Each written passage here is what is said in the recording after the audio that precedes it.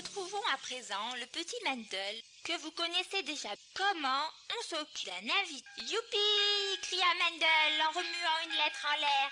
Je suis invité à passer Shabbat en ville chez Schneehour. La l'air. Il demanda la permission à sa maman, qui dit d'accord. Et Mendel fit sa valise avec beaucoup de sous. Sa maman avait aussi acheté un cadeau pour Schneehour. Alors, la valise à la main, il partit, monta dans le bus en se sentant, oh là là, tellement grand et courageux. C'était Erev Shabbat. Mais 1 heure plus tard, à l'arrivée, il fut bien déçu de ne pas voir Schneehour qui l'attendait. Heureusement, Mendel était allé déjà chez Schneehour une autre fois auparavant, et il se rappelait du chemin pour aller chez lui. Après avoir marché pendant un moment, Mendel frappa à la porte. La maman de Schneehour répond « Oh là là, quelle surprise! J'avais complètement oublié que tu devais venir chez nous. Schneehour ne rentrera pas avant un bon moment, je crois. » Après, elle retourna à la cuisine, laissant Mendel tout seul dans le couloir. Mendel se demandait s'il devait rester ou repartir. Il était trop tard pour prendre le bus et rentrer à la maison avant Shabbat. Alors il sentit qu'il n'avait pas le choix et il s'assit pour attendre. Il attendit encore et encore et encore. Est-ce que c'est comme ça qu'on traite un invité ou un visiteur? Est-ce que je dois trouver ma chambre tout seul ou quoi?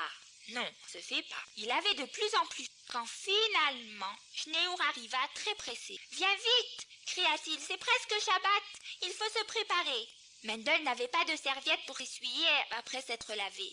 Alors, il prit des mouchoirs en papier. Puis dans sa course, il accrocha sa manche à la poignée de la porte et elle se déchira. La maman de Schneehour dit « Mendel, ce n'est pas grave, ne t'en fais pas.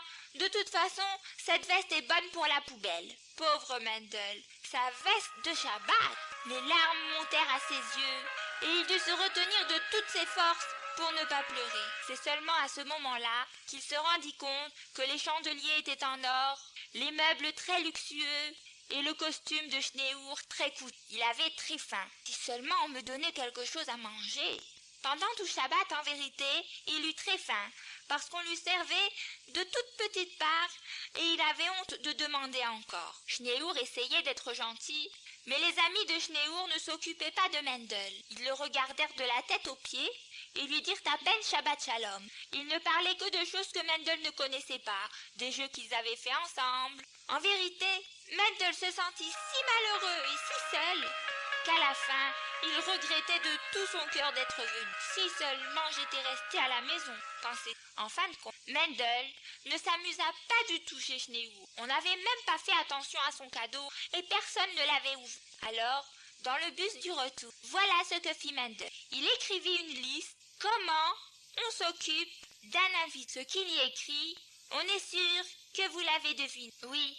On vient l'attendre à la gare, entre sa chambre, on lui offre à boire et à manger, on lui demande s'il a besoin de quelque chose, s'il n'a rien oublié, on le sert largement à table, on lui dit que ses habits sont jolis, et en sa présence, on ne parle que de choses qu'il connaît. À partir de ce moment-là, chaque fois que Mendel avait un invité, il relisait sa liste pour le recevoir de son mieux, car la récompense pour Achnasat Orchim est immense. Et vous, voulez-vous essayer de faire une liste de Achnasat Orchim?